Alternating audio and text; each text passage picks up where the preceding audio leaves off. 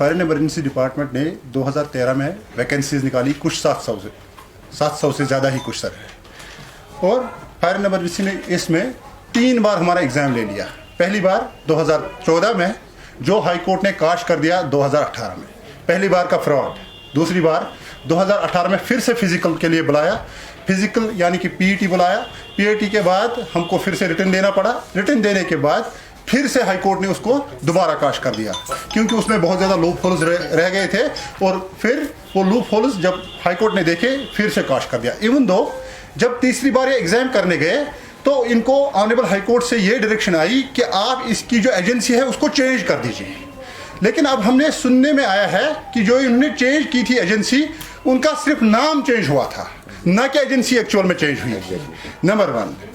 अब हमारी ग्रीवेंस क्या है कि डिपार्टमेंट ने अगर 20 सितंबर हमारा रिटर्न ले लिया एग्जाम, ठीक है सर, उसकी लिस्ट जो आई वो आई 3/10/2020 को। ग्रीवेंस क्या है कि इशू हमारा ये है कि सबसे पहले उसमें क्या है, एक रिलेशनशिप स्कीम है। रिलेशनशिप स्कीम क्या है सर, मैं आपको बता देता हूं कि हमारे इस सिलेक्शन लिस्ट में, सिलेक्शन लिस्ट कहाँ है दिखा, सिलेक्शन लिस्ट में सीरियल नंबर 1202, उसमें आप देख लोगे PT roll number 1301,436।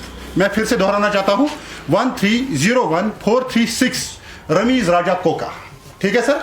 Ramiz Raja कोका एज ए फायरमैन हो गया है सिलेक्ट।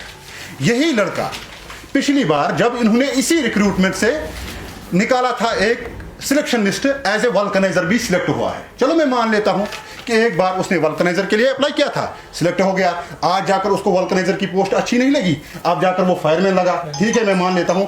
फिर हमारे पास अब इसी सिलेक्शन लिस्ट में आप देख लोगे serial number 122 PT roll number 130143, इसका भाई आया है वसीम सजाद कोका।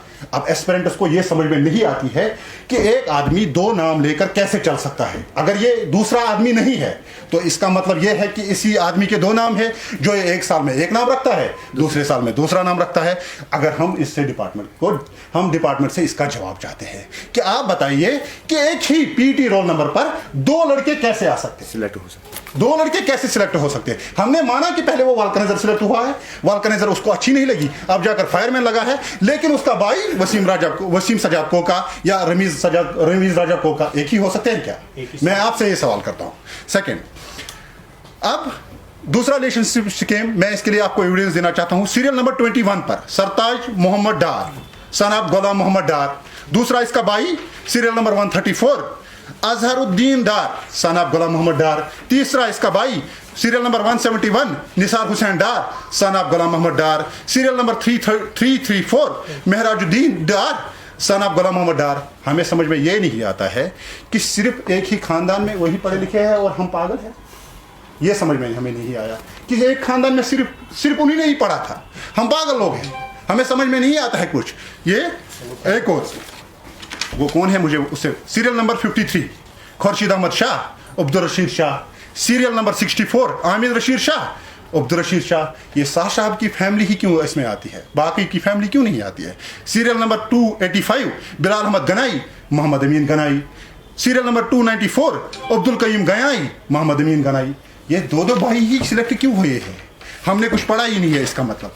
दूसरी ग्रीवेंस हमारी सर क्या है, पेपर ही लीक हुआ था ऑन 19/9/2020, यानी कि 19 की ही शाम को पेपर लीक हुआ था, जिसके और हमारा एग्जाम जो था 20 को था। इसके लिए हमारे पास जो सबूत है ये व्हाट्सएप की मैसेज, 11 बजे एग्जाम, ये 7 बजे ही वायरल हो गया, 7:35 AM। यहाँ देख लीजिए आप, हम तो झूठ तो नहीं बोल रहे हैं, ये हमारे पास इसकी मैसेज है। सेकंड, अब एक एस्पिरेंट इसमें सिलेक्ट हुआ है जिसकी एज है 1/1/1970, यानी कि साहब जी उस वक्त ओवर एज हो चुके थे जब 2 years old रिक्रूटमेंट हो गई, जब नोटिफिकेशन आई तब ओवर एज हो चुके थे। आप कैसी लिस्ट में है? उनका तो फॉर्म ही सिलेक्ट नहीं होना चाहिए था। नंबर 1, शायद फायर एंड इमरजेंसी को इनसे कुछ ज़्यादा ही लगाव है, तब जाकर इनको 2 साल और दे दिए। कोई बात नहीं साहब, उनको कोई ज़रूरत नहीं है, आप 28 नहीं 30 ईयर भी चलेंगे। यानी कि इस वक्त साहब जी 50 ईयर के हैं, वेल एज मेरे फादर जो है 49 ईयर के ही है। ठीक, अब इसका serial number 176 Sayar Ahmad Thukar son of Mohammad Afzal Thukar. ये सबूत के साथ हम बोल रहे हैं आपकी लिस्ट से।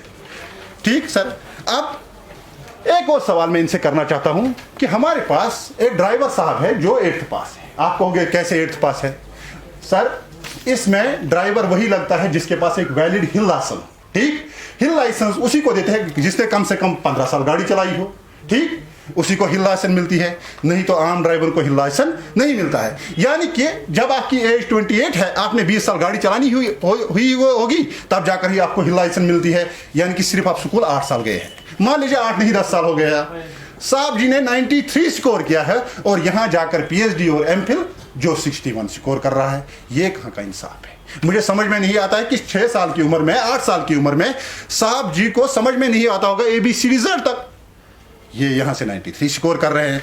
ठीक सर, अब डिपार्टमेंट ने पहले से ही 6 मार्क्स ग्रेस दे दिए। 6 मार्क्स क्यों ग्रेस देने हैं सर? एक और मैं एग्जांपल आपको देना चाहता हूं। वहां पे एक किताब आई थी बेबूजनामा, जो सिख पीरियड में लिखी होगी, फायर एंड इमरजेंसी को ये पता नहीं होगा, सिख पीरियड में लिखी गई, हमीदुद्दीन शाहबादी उसका राइटर है, मुझे पता है ये। तो वहां पे ऐसा क्वेश्चन आया था। फिर दूसरे दिन अच्छा सा सवाल है, अच्छे से आया था क्वेश्चन पेपर में, मान लेता हूं मैं, हमीदुद्दीन शाहबादी राइटर है, आपने ग्रेस क्यों इसको दे दिया? हमें ये समझ में नहीं आया क्यों दिया ग्रेस, ये तो ठीक क्वेश्चन है। दूसरा वहां पे आया था वो nth टर्म 1 उसका आंसर है, अच्छे से दिया, आपने ग्रेस दे दिया। फिर दूसरे दिन जब आपको लगा, फिर आपने वो ग्रेस कम कर दिए 4।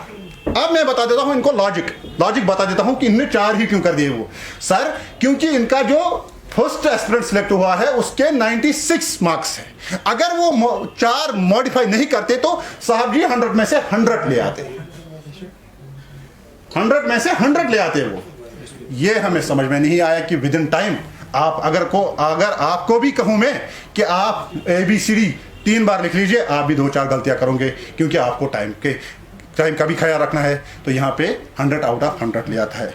अब हमारी ग्रीवेंस क्या है या हमारी गुजारिश क्या है? हमारी गुजारिश LG साहब से, क्योंकि हमें उसके बगैर किसी पर अब भरोसा है ही नहीं। हमारे ऑफिसरान साहिब जो है उनसे हमने बात भी की, तो वो कहते हैं कि हम देखेंगे, ये देखेंगे। आज तक देखा आपने सिर्फ 2013 से 2020 में भी सिर्फ आप देखते रहे।